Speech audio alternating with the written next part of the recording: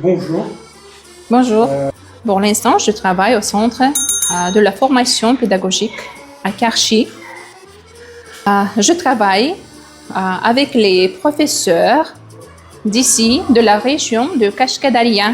Même ici, dans notre région, il y en a environ 200 professeurs d'après la langue française.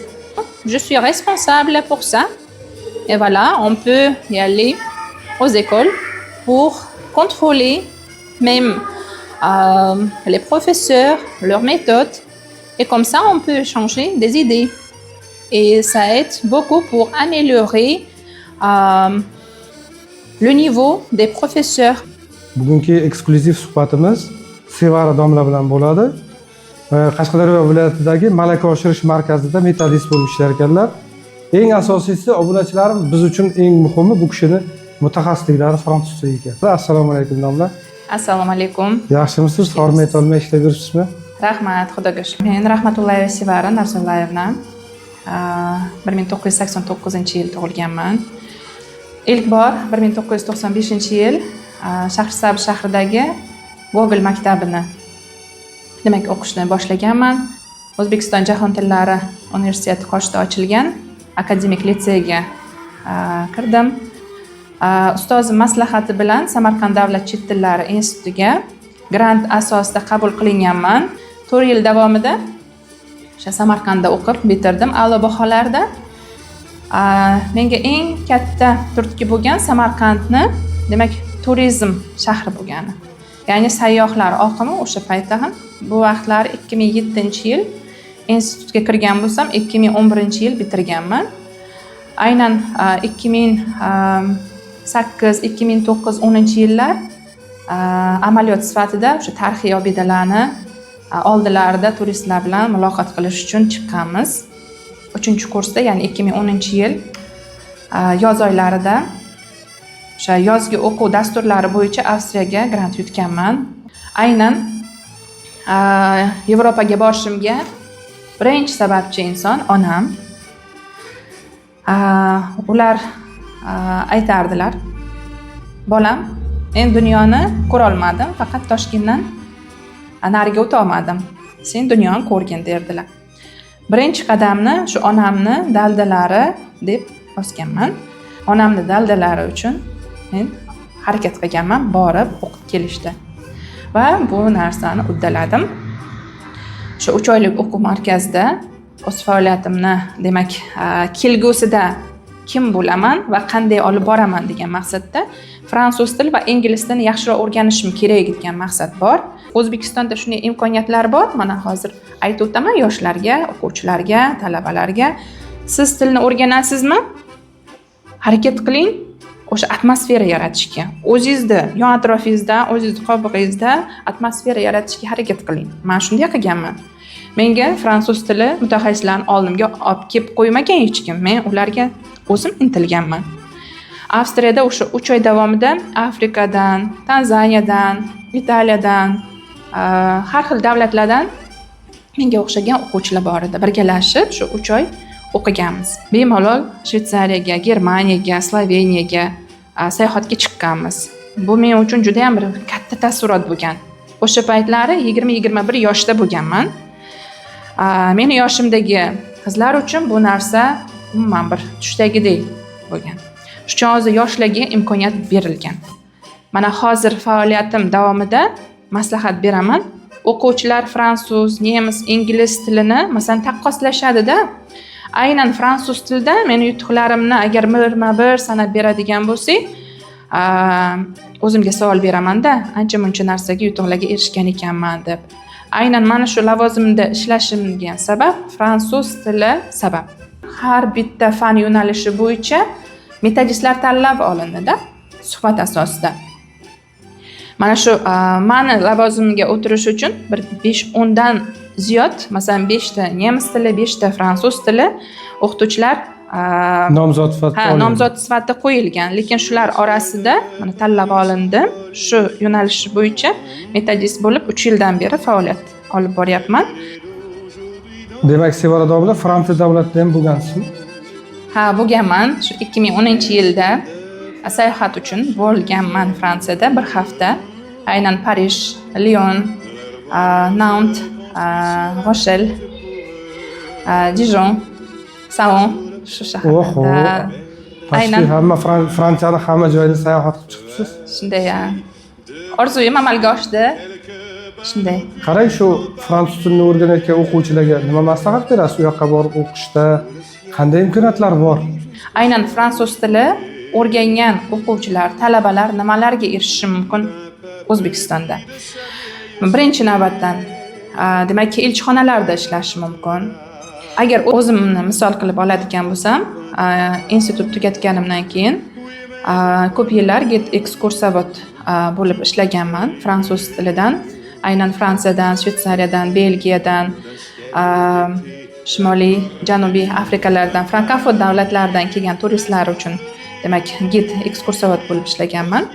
Qashqadaryoda 200 ga yaqin o'qituvchilar ish faoliyatlarini olib borishadi. Aynan Qashqadaryoda 1239 ga yaqin maktablarimiz bor. 10% da fransuz tili o'qitilyapti. Bu degani 100 tadan oshiqroq maktabda fransuz tili birinchi, ikkinchi xorijiy til sifatida o'qitiladi-da. Qarshi shahrida aynan 2 yil oldin, ya'ni 2023-24, 24-25, 25-26 tasavvur qiling, biz aynan ikkinchi xorijiy til sifatida 1 yil oldin zaявка beramiz. Boshqarmaga, Respublika ta'lim markaziga zaявка beramiz. Aynan bu tasdiqdan o'tgancha 6 oy, 7 oy davom etadi. 2024-25-yil Qarshi shahrida 10-maktabda ikkinchi xorijiy ochilgan, 10-sinflar uchun haftada 4 soatdan o'tiladi. Aynan mana bu 2025-26 o'quv yiliga 10-sinflar 11-sinf bo'ldi va yana o'sha 10-sinflar uchun demak jarayon takrorlanib kelyapti. Aynan o'qituvchilarimizni talab bo'yicha BIK sertifikatiga ega o'qituvchilarimiz borligi sabab 41-maktabda ham tashkillashtirdik ikkinchi xorijiy tilni. Demak, Qarshi shahrida 2 maktabda hozir jarayonlar olib borilyapti. Domla, rahmat mazmunli suhbatingiz uchun. Yana bitta qiziq savol bermoqchiman. Shu Qarshi shahar maktablarida ikkinchi til sifatida, ikkinchi xorijiy til sifatida fransuz tilini ommalashtirish ko'zda tutilganmi? Bu loyiha 2 yildan beri olib borilyapti.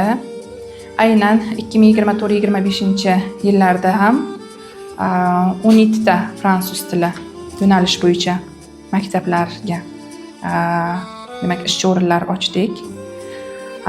Undan tashqari 2025-26 o'quv yillar bo'yicha 6 ta maktabda fransuz tili yo'nalishi bo'yicha demak darslar berildi o'qituvchilarga. Aynan talabi BIK sertifikati o'qituvchilarda bo'lish shart. Shuning uchun o'qituvchilarga bilimlarini oshirib, BIK sertifikatlarini olishni tavsiya etaman. Chunki aynan kelgusida ko'p loyihalar bor. 2 yil davomida bilsangiz, eshitgandirsiz, 2024-yil yoz oyida Evaline testini o'tkazgandik. Mana shu natijalarga qarab, aynan 2 yil davomida o'qituvchilar Fransiyaga stajirovkaga borib kelishdi. Hozirda endi birinchi navbatda o'qituvchilar ko'pligidan, ya'ni o'qituvchilar birinchi o'rinda Qamash tumani, fransuz tili o'qituvchi ko'pligidan ikkinchi o'rinda Yakkabog', 3-o'rinda Shahrisabz. Mana 3 ta regionda demak fransuz tili shunday jadal o'tilmoqda. Shunday. Rahmat. Demak, birinchi savolim, fransuz tilini o'rganish hayotda nimalarni o'zgartiradi va bu til kelajakda o'rganmoqchi bo'lganlarga qanday imkoniyat eshiklarini ochib beradi?